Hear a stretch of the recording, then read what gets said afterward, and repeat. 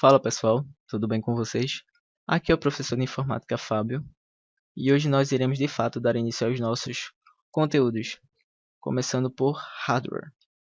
Não sei se algum de vocês já teve contato com o assunto, mas aqui nesse vídeo eu vou falar sobre a definição, os principais componentes e dispositivos de entrada e saída. Vamos lá? Então professor, o que seria hardware? Hardware nada mais é do que a parte física do computador, aquilo que a gente pode tocar. Ou seja, as peças e equipamentos que fazem o computador funcionar.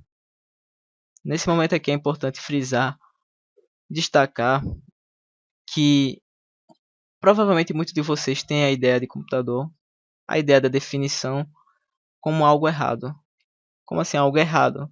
Vocês pensam em computador como um desktop, que seria os computadores de mesa, a exemplos os que tem no laboratório do Ponto Cidadão.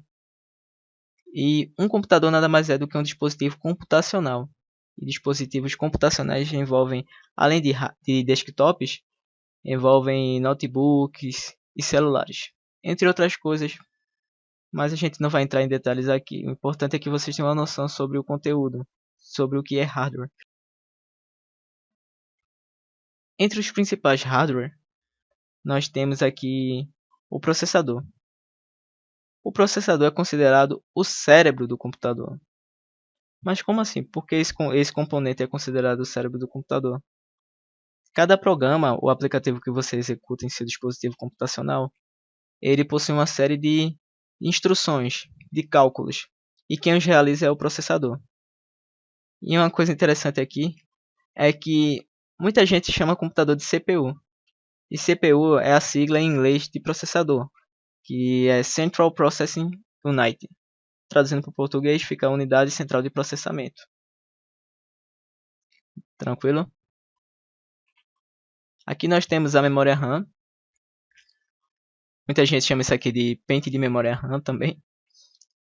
RAM significa Random Access Memory, ou memória de acesso randômico. Então, pelo que ela é responsável? Na memória RAM, os dados ficam armazenados temporariamente. Repetindo, temporariamente. Como assim temporariamente? Então, minhas fotos, vídeos, arquivos em geral ficam armazenados na memória RAM? Não, elas ficam armazenadas em outro componente, que a gente vai falar já já. Então, o que é armazenado aqui na memória RAM? Quando você abre um programa ou aplicativo, ele fica aberto na memória RAM. O seu tamanho ele fica alocado na memória RAM. Provavelmente já deve ter acontecido com vocês. Quando vocês abrem muita coisa no computador, vocês deixam navegador com várias guias abertas, escutando música em redes sociais, jogando, e o computador começa a travar. Então, o provável motivo é que a capacidade da memória RAM está perto do limite. Vocês estão usando o limite da capacidade da memória RAM. E aí o computador começa a travar. Isso é normal. Então, como é que eu vejo o quanto eu estou utilizando da memória RAM? Vocês podem vir aqui em gerenciador de tarefas. Na barra de tarefas. Vocês apertam aqui em gerenciador de tarefas. E vocês vão na guia de desempenho. Aqui vocês vão ter a quantidade de uso da memória RAM. Eu estou utilizando aqui no momento 3 GB. Minha memória RAM do computador aqui é 8 GB. Vocês podem verificar isso através desse programa no computador. Para celular também, a maioria dos celulares também tem a opção de verificar o quanto de uso de memória RAM, o quanto de memória RAM você está utilizando. Então, fiquem tranquilos. Aqui nós temos o HD, disco rígido, em inglês hard disk. Ao contrário da memória RAM, aqui nesse componente os dados são armazenados permanentemente. É aqui onde ficam os arquivos de vocês. Fotos, vídeos, jogos, entre outras coisas. Os dados ficam aqui até você apagar ou até que o HD dê alguma bronca, algum problema. Eles funcionam através de rotações por minuto. Eu não sei se vocês já viram algumas radiolas de disco, daquelas bem antigas. Deixa eu ver se eu consigo achar um aqui na pesquisa. Radiola de disco. disco de vinil. O HD funciona de maneira parecida com isso aqui, galera. Dentro dessa peça aqui do HD, a gente tem um disco e tem basicamente uma agulha dentro dessa pecinha aqui. Então, essas rotações por minuto aqui são referentes a esse disco aqui. Tem um disco, só que esse disco aqui não é um disco de vinil, né? É um disco metálico que tem dentro do HD. E ele possui um leitor e funciona de uma maneira similar a um disco, a uma radiola. Os dados que estão no disco aqui são lidos por essa agulhinha. Tem algo similar aqui dentro do HD. Beleza? Deixa eu ver se eu encontro aqui um HD com a imagem do discozinho. Olha aqui, ó. Estão vendo aqui? Esse disco aqui fica girando, que são as rotações por minuto. E aqui a gente tem uma agulha. Esse disco aqui é magnético, é uma leitura magnética dos dados. Beleza? A placa-mãe, do inglês motherboard, ela é uma parte fundamental no computador. Qual é a função da placa-mãe? Beleza, eu tenho um processador, eu tenho memória RAM, eu tenho um HD. Mas como é que eu faço esses dispositivos se comunicarem? Então, a função da placa-mãe é interligar todos os componentes. E através dos inúmeros circuitos que tem na placa, esses dispositivos, esses componentes, eles podem se comunicar. Tranquilo? Aqui, ó, nesse quadradinho fica o processador. Aqui, ó, nesses maiores aqui, nos slots. O nome dessas coisas aqui são slots. Esses aqui são slots de memória RAM. A memória RAM fica nessa parte aqui da placa-mãe. Você conecta elas aqui. Aqui seria para a placa de vídeo.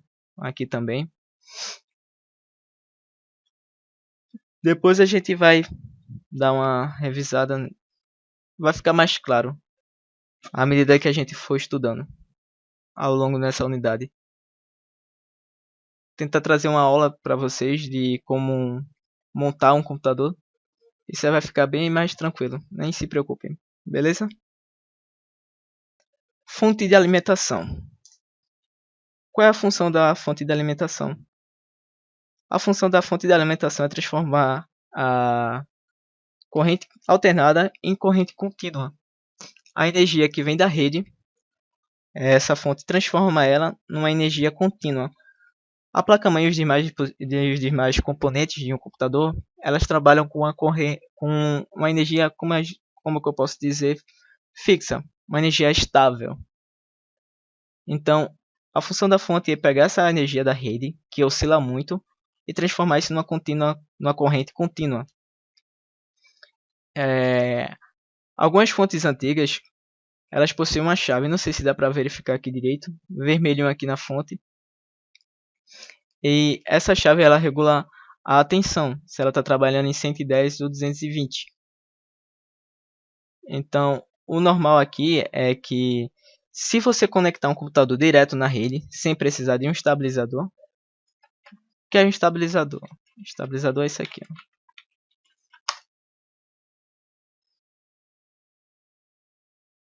Se você conectar um computador direto na rede, sem utilizar um estabilizador, a gente deixa a fonte em 220. Se a gente está utilizando um estabilizador, ele que vai fazer a função da fonte. A fonte não vai ter tanto trabalho assim, porque a energia já vai vir pronta para ela, já vai vir estável para ela. O estabilizador que vai pegar a tensão da rede, a energia da rede, e vai transformá-la em uma energia estável, uma corrente contínua. Tranquilo? Então, se vocês um dia forem ligar o computador, prestem atenção se essa fonte possui uma chave. As fontes modernas não possuem chave. É o que a gente chama de fonte bivolt. Então, você não precisa se preocupar em que tensão a fonte está funcionando, porque ela já trabalha de maneira automática.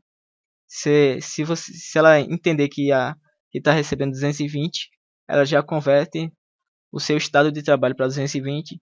Se ela está percebendo que está vindo energia em 110, ela simplesmente fica em 110. Ela converte seu estado de trabalho para 110. de maneira automática. Então, nunca conectem uma fonte com a chave em 110 numa rede 220 direto na tomada. Nunca façam isso, a fonte provavelmente vai queimar. É o que acontece com frequência em cursos de manutenção. A fonte está em 110, você vai lá, conecta na tomada, na rede, e essa fonte queima. E é arriscado até queimar outro componente do computador. Então tomem cuidado, prestem atenção se caso vocês forem instalar algum computador, ligar algum computador na rede. Sempre verifiquem essa chavezinha, se a fonte possui ou não. Tranquilo? Então chegamos aos dispositivos de entrada e saída. Então, o que são os dispositivos de entrada ou saída? Vamos iniciar pelos de entrada. Então, o que seria um dispositivo de entrada? Um dispositivo de entrada pega uma informação externa e transmite para um computador. Por exemplo, um teclado é um dispositivo de entrada. Você está digitando textos e digitando caracteres, e esses caracteres são exibidos no computador. Essas informações vêm externamente e são passadas para o computador. A gente tem exemplo disso, o mouse também. O mouse é um dispositivo de entrada. A gente tem inúmeros dispositivos de entrada. Vocês podem dar uma pesquisada mais a fundo. E os dispositivos de saída. O dispositivo de saída é o oposto do dispositivo de entrada. Em vez da informação estar vindo externamente, ela vem do computador e é repassada para o usuário. Como, por exemplo, um monitor. A imagem está sendo transmitida para o usuário do computador. A gente tem impressoras. Você está lá com a sua foto no computador, quer imprimir. Então essa informação vem internamente e vai ser repassada externamente. Cuidado para não confundir impressora com scanner. Scanner é um dispositivo de entrada. Você coloca um arquivo, um documento, você escaneia e ele fica no computador. Ele fica armazenado no computador. Ele vem externamente e fica armazenado no computador. Então, scanner é um dispositivo de entrada e impressora é um dispositivo de saída. Tranquilo? E aqui a gente também tem os dispositivos que são tanto de entrada como de saída. Como assim, professor? Pendrives. Você pode utilizar pendrives com as duas funções, por exemplo. Você pode colocar arquivos nele para salvar ou imprimir, para levar a algum lugar para imprimir. E ao mesmo tempo você pode colocar músicas, entre outras coisas. Você pode colocar coisa no pendrive e pode retirar coisas no pendrive também. Então vocês podem utilizar para... Então o pendrive ele representa dispositivo de entrada e de saída. Assim como CD funciona de maneira parecida com o pendrive. Você também tem telas touchscreen. Um dispositivo de entrada e saída bem comum que vocês utilizam no dia a dia é a tela do celular de vocês. Na tela do celular de vocês são exibidas informações para vocês mesmos e ao mesmo tempo que vocês podem interagir com o celular através de toques. Então a tela touchscreen é um belo exemplo do que seria um dispositivo de entrada e saída. HDs externos também são um exemplo de dispositivo de entrada e saída. Funcionam de maneira parecida a um pendrive em um CD ou DVD. Então, espero que tudo tenha ficado claro até aqui. E nós temos nossa atividade aqui de hoje. A atividade de hoje aqui é bem simples. Eu desejo que vocês, além do conteúdo do material que eu apresentei aqui, tenham uma pesquisada também na internet. Não copiem a definição da internet, os conceitos da internet. Tentem filtrar e colocar com as palavras de vocês. Então aqui eu peço, na primeira questão, a definição de hardware. Como você definiria hardware? A segunda questão é citar os principais componentes. Vocês vão falar um pouco aqui vocês vão listar os hardwares, os principais hardwares. Pode ser algum além do que está apresentado aqui no slide. Na terceira questão, vocês vão escolher 3 componentes, 3 hardwares, e vão explicar suas funções. Na quarta questão, vocês vão citar 3 dispositivos exclusivos de entrada. Quando eu falo de exclusivo, é somente de entrada, excluindo os dispositivos de entrada e saída, que funcionam das duas maneiras. Então aqui vocês vão citar 3 dispositivos somente de entrada. Na quinta questão, 3 dispositivos somente de saída. E na sexta questão, vocês vão citar dispositivos de entrada e saída. Beleza? Para quem não está tendo aula presencial, está em aula remota, vocês podem enviar essa atividade aqui. Se vocês preferirem utilizar o Word, o WordPad, ou vocês podem até me enviar no WhatsApp mesmo, por texto do WhatsApp, não tem bronca nenhuma. Quem quiser me enviar por e-mail, eu vou deixar meu e-mail quando for enviar esse vídeo aqui no grupo, quando esse vídeo for enviado no grupo. Eu vou tentar passar a atividade aqui em texto para ficar mais fácil para vocês não ter que ficar abrindo o slide. Então, é isso, galera. Espero que vocês tenham curtido a aula de hoje. Espero que também tenha ficado claro. Se vocês tiverem alguma dúvida, professor, não entendi aquilo, você poderia me explicar mais sobre aquela coisa e tal, pode me chamar no WhatsApp que eu respondo.